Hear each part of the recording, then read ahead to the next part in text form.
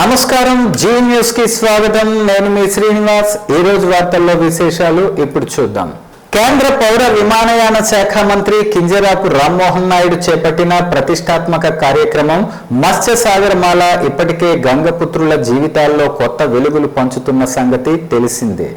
Srikakulam parliament పరిధిలోని మత్స్యకార గ్రామాల్లో తీరానికి వెళ్లే రహదారులకు వెలుగులు అందించాలనే లక్ష్యంతో కోల్ ఇండియా సంస్థ సిఎస్ఆర్ నిధులను ఉపయోగించుకుని సోలార్ లైటింగ్ ను రామ్మోహన్ నాయుడు ఏర్పాటు చేశారు. మొదటి దశలో జిల్లాలోని 1594 లైట్లను 91 పైగా గ్రామాల్లో 100కు పైగా తీరానికి ఉన్న దారుల్లో ఏర్పాటు చేశారు. పూర్తిగా సూర్యరశ్మిని ఉపయోగించుకుని ఎటువంటి ఖర్చు లేకుండా తీరంలో విశేషంగా వెలుగులు అందిస్తున్న మత్స్య సాగరమాల పథకం పట్ల సిక్కోలు గంగపుత్రులు ఆనందం వ్యక్తం చేస్తున్నారు. సగటున ఒక్కో గ్రామానికి 30కి పైగా లైట్లను ఏర్పాటు చేయగా ఒక్కో లైటు విలువ 27,000కు పైగా అవుతుండటం గమనార్హం. శ్రీకాకుళం తీర ప్రాంతం అంతటికీ వెలుగులు అందించాలనే లక్ష్యంగా పెట్టుకున్న రామ్మోహన్ నాయుడు మొదటి విడత ఇన్స్టలేషన్ విజయవంతంగా పూర్తి అవ్వటం, అంతే స్థాయిలో పథకం సత్ఫలితాలు అందిస్తూ ఉండటంతో రెండవ విడత లైట్ల ఏర్పాటుకు దిశానిర్దేశం చేశారు. ఈ రెండవ విడతలో భాగంగా జిల్లాలోని మందస, వజ్రపు కొత్తూరు, గారతో పాటు శ్రీకాకుళం రూరల్ మండలాల్లో 28 గ్రామాల్లో 576 లైట్లను ఏర్పాటు చేయనున్నారు. ఇందుకోసం అవసరమైన మెటీరియల్ ఇప్పటికే గ్రామాలకు చేరగా ఇన్స్టలేషన్ పనులు కూడా వేగంగా జరుగుతున్నాయి. ఈ నేపథ్యంలో రెండవ విడత లైట్ల ఏర్పాటు ప్రక్రియ మరొక 10 రోజుల్లో ముగుస్తుందని పర్యవేక్షణ కమిటీ స్పష్టం చేశారు. కాగా మత్స్యకారులు తాము వేట మొదలుపెట్టిన నాటి నుంచి ప్రధాన సమస్యగా మారిన ఈ అంధకార సమస్యను తాము అడగకుండానే పరిష్కారం చూపించిన రామ్మోహన్ నాయుడుకు సిక్కోలు మత్స్యకారులు ధన్యవాదాలు తెలుపుతున్నారు. దేశానికి మారుమూలన ఉన్న శ్రీకాకుళం జిల్లాలో కేంద్ర మంత్రి రామ్మోహన్ నాయుడు మస్తిష్కం నుంచి పుట్టిన ఈ ఆలోచన ఇప్పుడు దేశానికి ఆదర్శంగా మారింది. వేగంగా అభివృద్ధి చెందుతున్న భారత్తో భాగస్వామ్యం అవ్వటానికి ప్రపంచం ఎదురు చూస్తోందని, ఇలాంటి సమయంలో మనం మరింత భద్రతగా ఉన్నామనే విషయాన్ని తెలియజెప్పాలని కేంద్ర పౌర విమానయాన శాఖ మంత్రి కింజరాపు రామ్మోహన్ నాయుడు తెలిపారు. శుక్రవారం నాడు విశాఖపట్నంలోని ఆర్కే బీచ్లో వందే మాతరం తీర సైక్లోథాన్ 2026 కార్యక్రమంలో ముఖ్య అతిథిగా పాల్గొన్నారు. ఏర్పాటు చేసిన వేదికపై సిఐఎస్ఎఫ్ సేవలను కొనియాడుతూ ప్రసంగించారు. ఈ రోజు కార్యక్రమం సాధారణ సైక్లోథాన్ మాత్రమే కాదని, దేశాన్ని సురక్షిత వైపు నడిపే ఉద్యమమని రామ్మోహన్ నాయుడు అభివర్ణించారు. స్వాతంత్ర ఉద్యమ కాలంలో వందే మాతర నినాదం విభిన్న భాషలు, సంస్కృతులను త్రివర్ణ పతాకం కింద ఏకం చేసిందని, 2014 తర్వాత ప్రధాని నరేంద్ర మోదీ నాయకత్వంలో దేశం తన సాంస్కృతిక ఆత్మవిశ్వాసాన్ని ప్రకటించుకుందని పేర్కొన్నారు. సిఐఎస్ఎఫ్, సైకిల్, కోస్ట్ ఇలా 3 సి అక్షరాల మధ్య దేశం అభివృద్ధి వైపు పయనిస్తోందని, రాష్ట్రంలో దానికి తోడుగా మరో C CM Chandrababu Naidu, deputy CM Pawan కళ్యాణ్ల ఆధ్వర్యంలో మరింత వేగంగా అభివృద్ధి లక్ష్యాలను సాధిస్తుందని అన్నారు. టెక్కలి నియోజకవర్గాన్ని అగ్రగామిగా అభివృద్ధి చేసేందుకు అవసరమైన చర్యలు చేపడుతున్నట్లు గౌరవ రాష్ట్ర వ్యవసాయ శాఖ మంత్రి కింజరాపు అచ్చెన్నాయుడు పేర్కొన్నారు. టెక్కలి, సంతబొమ్మాలి మండలంలో విస్తృతంగా పర్యటించిన మంత్రివర్యులు ఈ సందర్భంగా మాట్లాడుతూ గత 5 ఏళ్ల పాలనలో గ్రామాల అభివృద్ధి పూర్తిగా నిర్లక్ష్యానికి గురైందని విమర్శించారు. శుక్రవారం టెక్కలి నియోజకవర్గంలో పలు గ్రామాలను అనుసంధానించే రహదారులు, డ్రైనేజీ అభివృద్ధి పనులకు మంత్రి శ్రీకారం చుట్టారు. మొత్తం 10.7 కోట్ల భారీ అంచనా వ్యయంతో పలు అభివృద్ధి పనులకు ఆయన శంకుస్థాపనలు, ప్రారంభోత్సవాలు చేశారు. మంత్రి అచ్చెన్నాయుడు శుక్రవారం మధ్యాహ్నం నుంచి నియోజకవర్గంలో సుడిగాలి పర్యటన చేశారు. మొదటగా నరసింగపల్లి గ్రామంలో 11 లక్షల వ్యయంతో నిర్మించిన అంతర్గత సిసి రహదారులను ఆయన ప్రారంభించారు. అనంతరం టెక్కలి శ్రీ లక్ష్మీ నరసింహస్వామి ఆలయం నుంచి సుదర్శన్ థియేటర్ వరకు 98 లక్షలతో చేపట్టనున్న పనులకు శంకుస్థాపన చేశారు. కొండ్రవీధి నుంచి టెక్కలి గ్రామ పంచాయతీ వరకు 30 లక్షల అంచనా వ్యయంతో నిర్మించనున్న సిసి రహదారి పనులకు భూమి పూజ చేశారు. పాతపట్నం నియోజకవర్గం పాతపట్నం మండలం రౌతు లక్ష్మీపురం గ్రామంలో శ్రీ సీతారామాలయం అభివృద్ధికి ప్రజలు, స్థానిక ప్రజా ప్రతినిధులు, పాతపట్నం నియోజకవర్గ శాసనసభ్యులు మామిడి గోవిందరావును కలిసి వినతి పత్రం సమర్పించారు. గ్రామ ప్రజల ఆకాంక్షలను గౌరవించిన గౌరవ ఎమ్మెల్యే వెంటనే స్పందించి టీటీడీ దేవస్థానం శ్రీవాణి ట్రస్ట్ ద్వారా 15 లక్షల రూపాయల నిధులను మంజూరు చేయించడంలో కీలక పాత్ర పోషించారు. ఈ నిధులతో భజన మండప నిర్మాణం చేపట్టనుండటంతో గ్రామంలో ఆధ్యాత్మిక వాతావరణం మరింత పెరుగుతుందని గ్రామస్తులు ఆనందం వ్యక్తం చేస్తున్నారు. ఈ సందర్భంగా గ్రామ ప్రజలు, స్థానిక ప్రజా ప్రతినిధులు, భక్తులు, గౌరవ శాసనసభ్యులు శ్రీ మామిడి గోవిందరావు గారికి ప్రత్యేకంగా ధన్యవాదాలు తెలియజేశారు. ప్రజల అవసరాలను ఎప్పటికప్పుడు గుర్తించి అభివృద్ధితో పాటు ఆధ్యాత్మిక కార్యక్రమాలకు కూడా ప్రాధాన్యం ఇస్తున్న ఎమ్మెల్యే నాయకత్వం ఆదర్శప్రాయమని వారు కొనియాడారు. నియోజకవర్గము పార్పట్న మండలము ప్రౌతుష్పురం గ్రామము ప్రౌతుష్పురం పంచాయతీ మా గ్రామాలకు సీతారామ ఆలయం మంజూరు చేయటకు గౌరవ శాసనసభ్యులు శ్రీ మామిడి గోవిందరావు గారు శ్రీవాణి ట్రస్ట్ టీటీడీ ద్వారా 15 లక్షల రూపాయలు మంజూరు చేసినారు. వారికి మా గ్రామం తరఫున, మా పంచాయతీ తరఫున హృదయపూర్వక ధన్యవాదాలు తెలుపుతున్నాము. ఇదే కాక గౌరవ ముఖ్యమంత్రి వర్యులు శ్రీ నారా చంద్రబాబు గారు, ఉప ముఖ్యమంత్రి గారు శ్రీ పవన్ కళ్యాణ్ గారు, లోకేష్ బాబు గారు, దేవాదాయ శాఖ మంత్రి శ్రీ ఆనం రామరెడ్డి గారికి మా గ్రామం తరఫున, మా పంచాయతీ తరఫున హృదయపూర్వక నమస్కరించి. ఆంధ్రప్రదేశ్ రాష్ట్రంలో మౌలిక వస్తుల అభివృద్ధికి కేంద్ర ప్రభుత్వం అధిక ప్రాధాన్యత ఇస్తోందని శ్రీకాకుళం జిల్లా ఎచ్చెర్ల ఎమ్మెల్యే ఎన్ ఈశ్వరరావు తెలిపారు.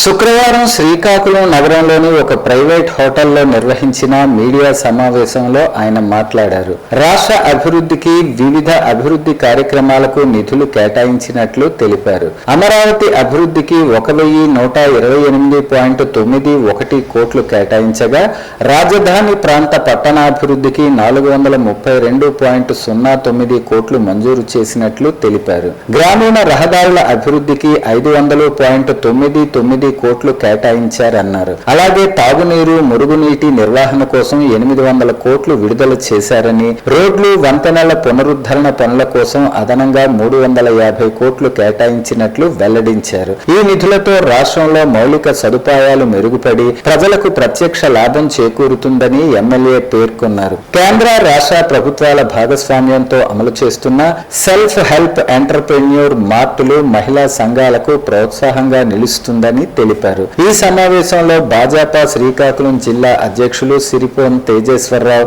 పార్టీ నాయకులు పైడి వేణుగోపాలం, అట్టాడ రవిబాబ్జీ, శవ్వాన ఉమామహేశ్వరి తదితరులున్నారు. కల్పిస్తూ మన భారతదేశాన్ని వికసిత్ భారత్ 2047 వైపు నడిపించే దిశగా ఈ బడ్జెట్ని ప్రవేశపెట్టడం జరిగింది.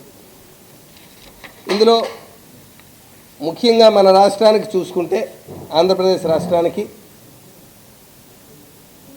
భారతీయ జనతా పార్టీ నరేంద్ర మోడీ గారు మన ఆంధ్రప్రదేశ్ రాష్ట్రానికి ఎన్నికల ముందు ఇచ్చిన మాట ప్రకారం, ఎన్డీఏ కూటమిలో ఎన్నికల ముందు ఇచ్చిన మాట ప్రకారం ఆంధ్రప్రదేశ్ని ప్రత్యేకంగా చూస్తామని ఆయన చెప్పిన మాట ప్రకారం ప్రతి బడ్జెట్లో కూడా మనకి మంచి సహాయ సహకారాలు అందిస్తున్నారు, మంచి ప్రోత్సాహకాలు ఇస్తున్నారు.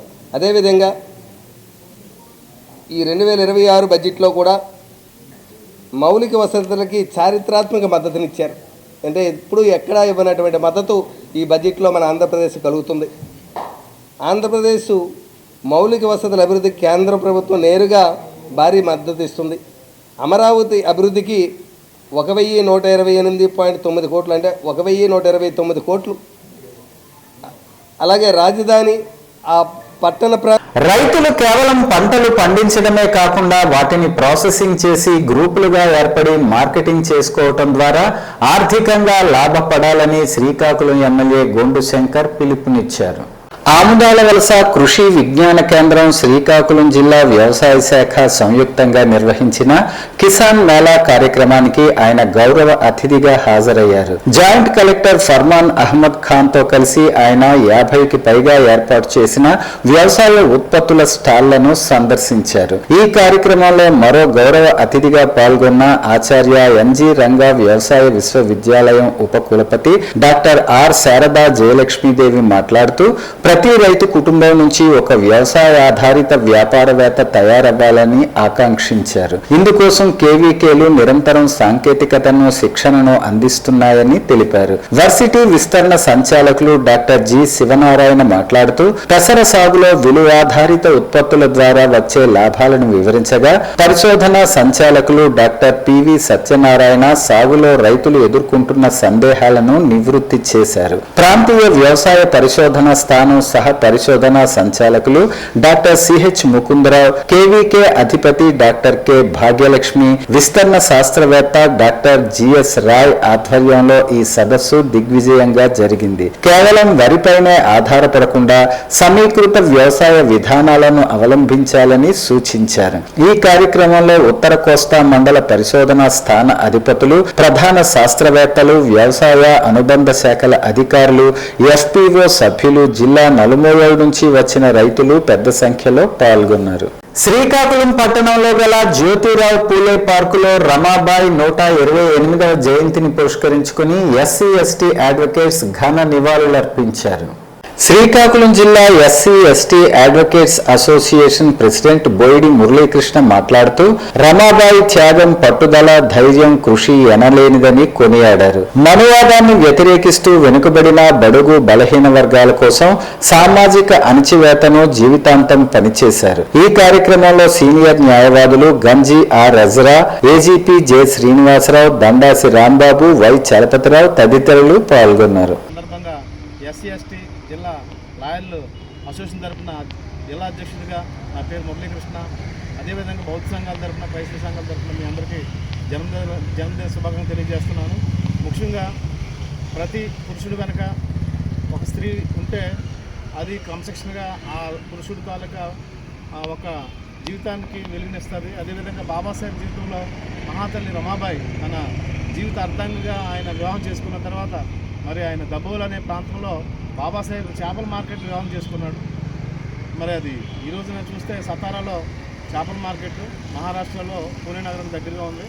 మరి ఆయన విదేశాల్లో ఎన్ని చదువులు రారాజు బాబాసాహెబ్ అంబేద్కర్ మరి సతీమణిగా ఆవిడ ఎన్నో త్యాగాలు చేసింది. 4 సంతానం పోగొట్టుకుంది. రక్తహీనతతో తిరిగి కుమారుడు సిక్కోలు యువతలో అపారమైన ప్రతిభ దాగి ఉందని, యువత కళల సాకార దిశగా అడుగులు పడుతున్నాయని ప్రముఖ రచయిత, కవి నల్లి ధర్మారావు అన్నారు.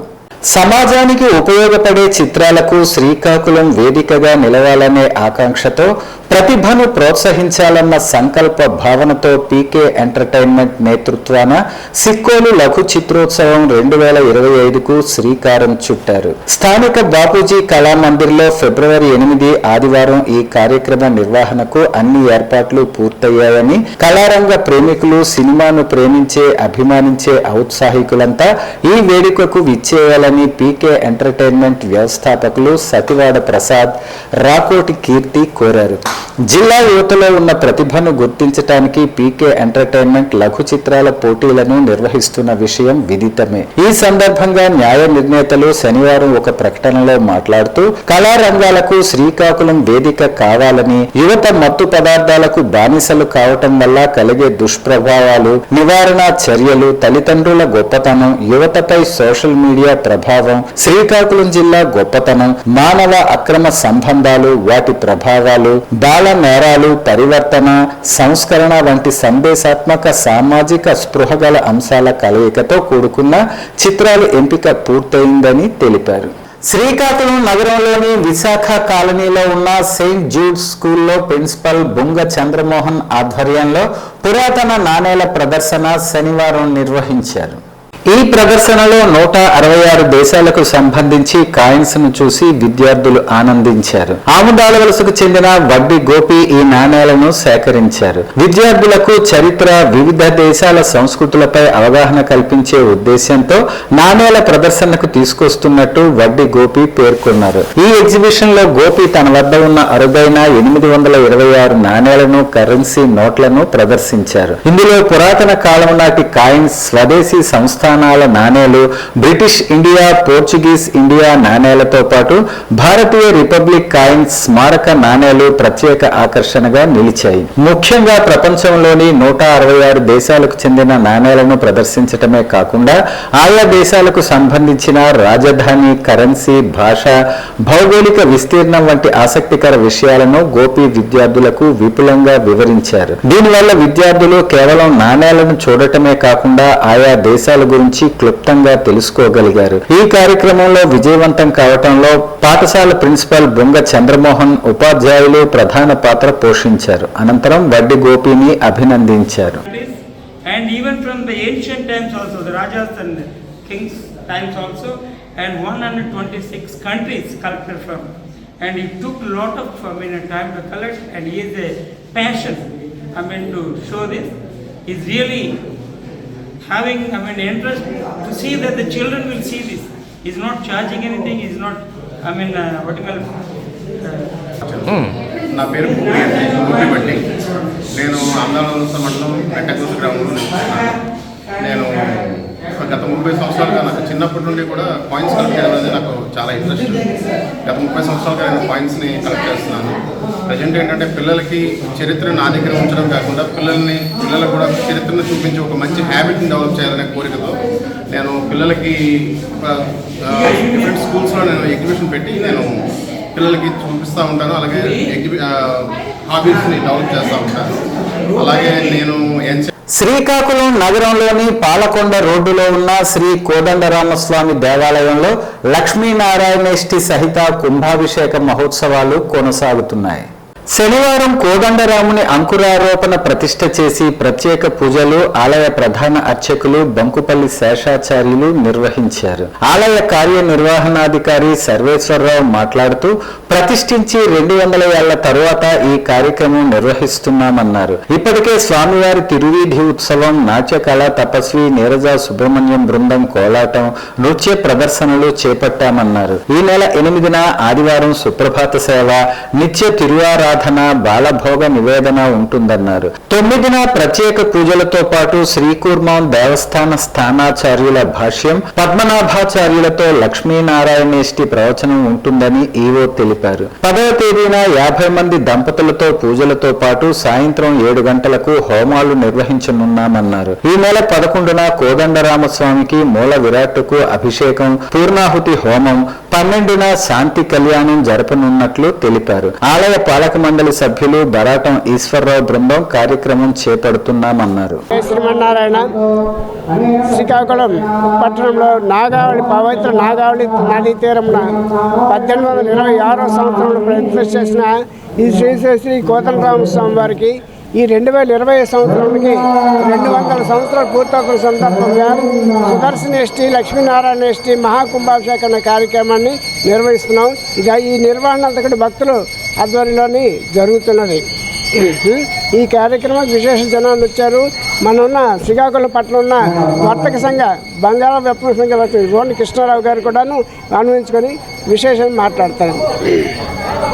శ్రీకాకుళం జిల్లాను వెట్టి చాకిరీ విమోచన జిల్లాగా మార్చడం కోసం ప్రతి ఒక్కరూ కృషి చేయాలని వెట్టి చాకిరీ నిర్మూలన సమితి సభ్యులు పిలుపునిచ్చారు.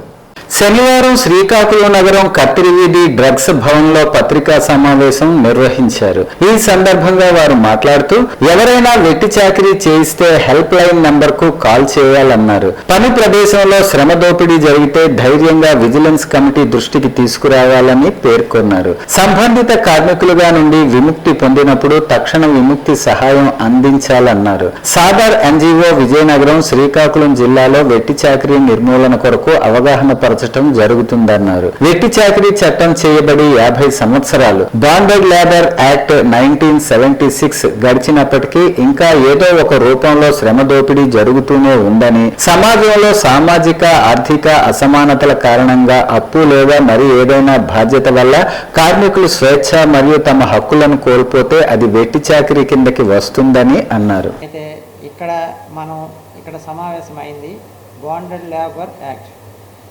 ఆ సిస్టమ్ వచ్చి 1976లో ఆ యాక్ట్ చేయబడింది. ఇప్పటికీ 50 సంవత్సరాలు అయింది.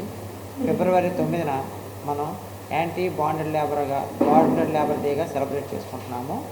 అయితే దీనికి జిల్లా స్థాయిలో జిల్లా కలెక్టర్ గారి అధ్యక్షతన లేబర్ డిపార్ట్మెంట్ నోడల్ డిపార్ట్మెంట్గా ఉంటూ వివిధ డిపార్ట్మెంట్లు ఇందులో ఇన్వాల్వ్ అయి ఉన్నాయి. అంటే బాండెడ్ లేబర్ ఎక్కడ ఉండకూడదు. బాండెడ్ లేబర్ అంటే ఒక అప్పు తీసుకున్నందుకు తక్కువ వేజెస్తో కానీ లేదా వేజెస్ లేకుండా కానీ అప్పు తీరేటట్టుగా ఎక్కువ కాలం పని చేయిస్తే దానిని బాండెడ్ లేబర్ అంటారు. ఇలా బాండెడ్ లేబర్ లేదా మనకి ఎక్కడైనా కనబడితే వెంటనే వివిధ అధికారులకు తెలియచేసి బాండెడ్ లేబర్ని మనం ఐడెంటిఫై చేయటం, రీహాబిలిటేట్ చేయటం, రెస్క్యూ చేయటం, రీహాబిలిటేట్ చేయటం కూడా జరుగుతున్నది. అయితే దీంట్లో మనం ముఖ్యంగా స్వేచ్ఛను కోల్పోతాం. ఈ బాండెడ్ లేబర్ సిస్టంలో ఉపాధి స్వేచ్ఛను కోల్పోతాం, ప్రయాణించడానికి హక్కును కోల్పోతాం, కనీస వేతనం పొందే హక్కును కోల్పోతాం, తమ వస్తువులు సేవలు మార్కెట్ విలువలు విక్రయించే మొదలవన్నీ కోల్పోతామండి. ఇది బాండెడ్ లేబర్ బేసికల్గా. అయితే నేచర్ ఎన్జిఓ మన జిల్లాలోనూ ఈ బాండెడ్ లేబర్ సిస్టమ్ ఎరాడికేషన్ కోసం. వార్తలు సమాప్తం. మళ్ళీ తర్వాత బులెటిన్లో కలుసుకుందాం. నమస్కారం.